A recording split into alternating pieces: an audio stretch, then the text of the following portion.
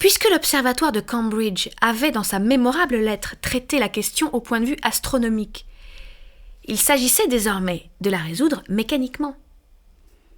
Le président Barbicane nomma un comité d'exécution. Ce comité devait élucider les 3 grandes questions du canon, du projectile et des poudres. Il fut composé de 4 membres très savants sur ces matières. Mon père lui-même, le général Morgan, le major Elphiston et enfin l'inévitable J.T. Maston, notre membre le plus enragé, auquel furent confiées les fonctions de secrétaire-rapporteur. Le 8 octobre, ce comité se réunit chez le président Barbicane. Aussitôt, Maston vissa sa plume à son crochet de fer et la séance commença. Mes chers collègues, nous avons à résoudre un des plus importants problèmes de la balistique, cette science par excellence qui traite du mouvement des projectiles, c'est-à-dire des corps lancés dans l'espace par une force d'impulsion quelconque, puis abandonnés à eux-mêmes. Oh, la balistique, la balistique!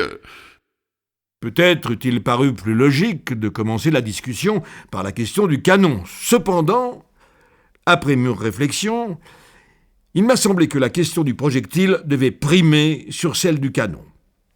Je demande la parole. Mais nous sommes prêts. Tirez le premier. Mes amis, notre président a raison de donner à la question du projectile le pas sur toutes les autres. Ce boulet que nous allons lancer à la Lune apparaîtra comme notre messager, notre ambassadeur.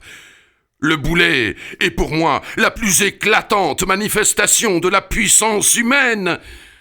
En lui, elle se résume tout entière. En le créant, l'homme s'est rapproché du Créateur. N'est-ce pas, Major? Parfaitement dit.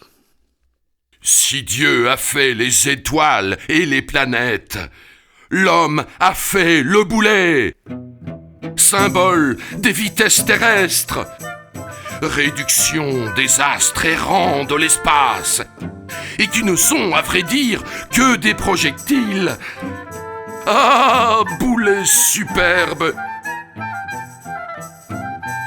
J'aime à penser qu'il sera reçu là-haut avec les honneurs dus à un ambassadeur. Bravo! Quelle éloquence! Toutes nos félicitations.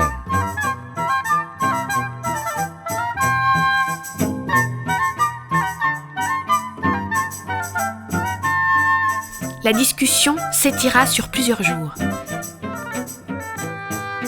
Des mots se chauffèrent à blanc. Des arguments tombèrent au champ de bataille de la balistique. Des idées torpillées les unes par les autres coulèrent à pic. Des déclarations éclatèrent comme des obus.